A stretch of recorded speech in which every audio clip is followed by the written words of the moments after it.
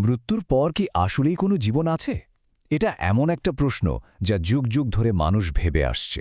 তো সূরা কাফ ঠিক এই প্রশ্নটারই একটা অত্যন্ত শক্তিশালী এবং যৌক্তিক উত্তর দেয়।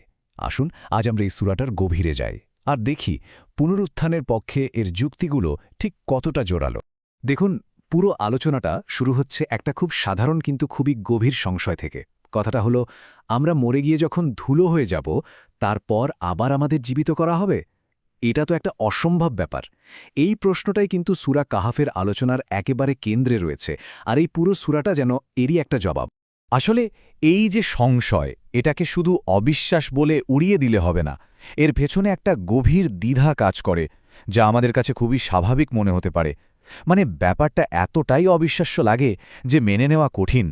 আর সূরাটি ঠিক এই ধারণার বিরুদ্ধেই তার যুক্তিগুলো এক এক করে সাজিয়েছে। তো এই গভীর সংশয়ের জবাবে সূরাটি কিন্তু একটা দুইটা না, বরং কয়েকটা দিক থেকে যুক্তি তুলে ধরে। আর সবচেয়ে মজার ব্যাপার হলো, এই যুক্তিগুলো শুরু হয় আমাদের একেবারে চারপাশের চেনা জগৎ থেকেই। প্রকৃতি, সাধারণ যুক্তি এবং ইতিহাস সবকিছুকেই সাক্ষী হিসাবে দাঁড় করানো হয়। তো প্রথম যুক্তিটা আসছে কোত্থেকে? আসছে আমাদের চারপাশের এই জগৎ থেকে। সূরাটি আমাদের মনোযোগটা প্রথমে প্রকৃতির দিকে নিয়ে যায়, কারণ প্রকৃতির মধ্যেই এমন সব নিদর্শন আছে যা পুনরুত্থানের ধারণাটাকে আমাদের যুক্তির কাছে অনেক সহজ করে তোলে। আসুন প্রকৃতির এই অসাধারণ উপমাটা একটু ধাপে ধাপে দেখি। প্রথমে আমাদের বলা হচ্ছে আকাশের দিকে তাকাতে, যা কি নিখুঁতভাবে তৈরি। তারপর এই সুবিশাল পৃথিবীর কথা ভাবুন, যেখানে পাহাড়গুলোকে গেঁথে দেওয়া হয়েছে। এরপর আকাশ থেকে যখন আশীর্বাদের মতো বৃষ্টি নেমে আসে, তখন মরা মাটি আবার জিন্দা হয়ে ওঠে, তাই না?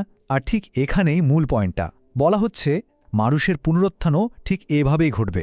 প্রকৃতির এই উদাহরণের পর সূরাটা একটা খুবই শক্তিশালী যৌক্তিক প্রশ্ন সামনে আনছে। প্রশ্নটা হলো, আমি কি প্রথমবার সৃষ্টি করেই ক্লান্ত হয়ে গেছি? একবার ভাবুন তো, যিনি এই বিশাল মহাবিশ্বকে প্রথমবার সৃষ্টি করতে পারলেন, তার জন্য দ্বিতীয়বার আরেকটা নতুন সৃষ্টি করাটা কি সত্যিই কোনো কঠিন কাজ? এই একটা প্রশ্নই কিন্তু সন্দেহের মূলে গিয়ে আঘাত করে।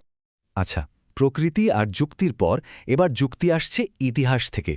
সূরাটি আমাদের মনে করিয়ে দিচ্ছে অতীতের সেই সব জাতিগুলোর কথা, যেমন নুহের জাতি, আদ, সামুদ, এমনকি ফেরাউনের কথাও, যারা তাদের কাছে আসা সত্যকে প্রত্যাখ্যান করেছিল এবং তার পরিণতি ভোগ করেছিল।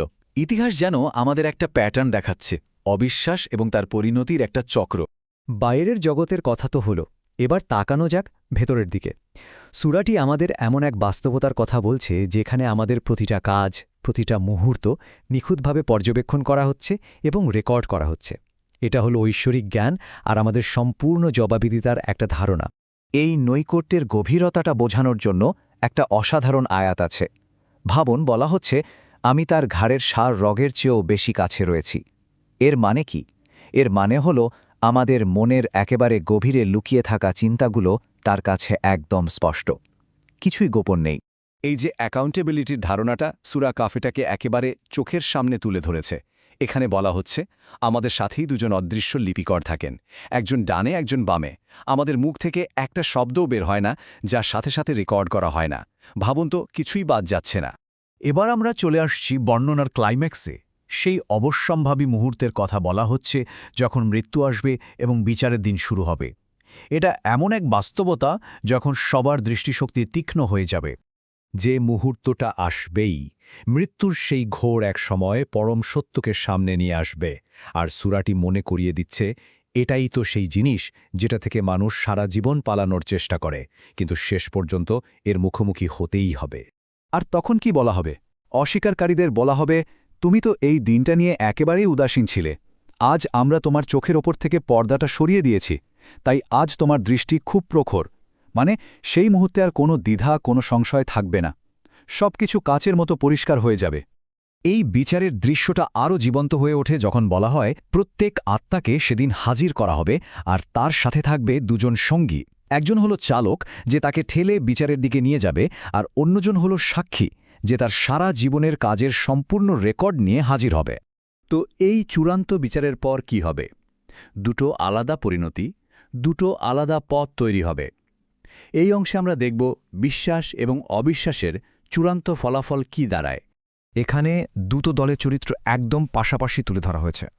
একদিকে আছে সেই সব মানুষ যারা ছিল অহংকারী, যারা সত্যকে অস্বীকার করত আর ভালো কাজে বাধা দিত।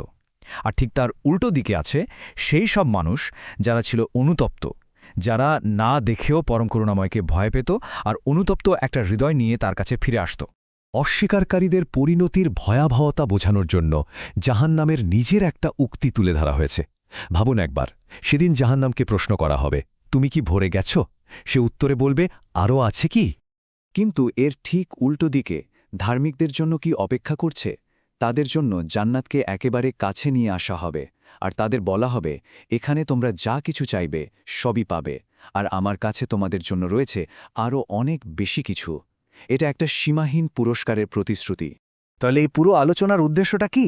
কাউকে জোর করে বিশ্বাস করানো না, সূরাটি নিজেই তার উদ্দেশ্য পরিষ্কার করে দিচ্ছে। এর উদ্দেশ্য হলো এটা তাদের জন্য একটা অনুস্মারক বা রিমাইন্ডার, যারা সত্যি খোলা মন নিয়ে চিন্তা করতে রাজি আছে। আর শেষে সূরাটা আমাদের সবার জন্য একটা গভীর প্রশ্ন রেখে যাচ্ছে। বলা হচ্ছে, এর মধ্যে উপদেশ আছে তার জন্য যার একটা জীবন্ত হৃদয় আছে, অথবা যে মনোযোগ দিয়ে শোনে এবং সাক্ষী থাকে। এই কথাটা আমাদের ভাবতে বাধ্য করে, আসলে মন দিয়ে শোনার মানেটা কি? আমরা কি সত্যি সেভাবে শুনছি?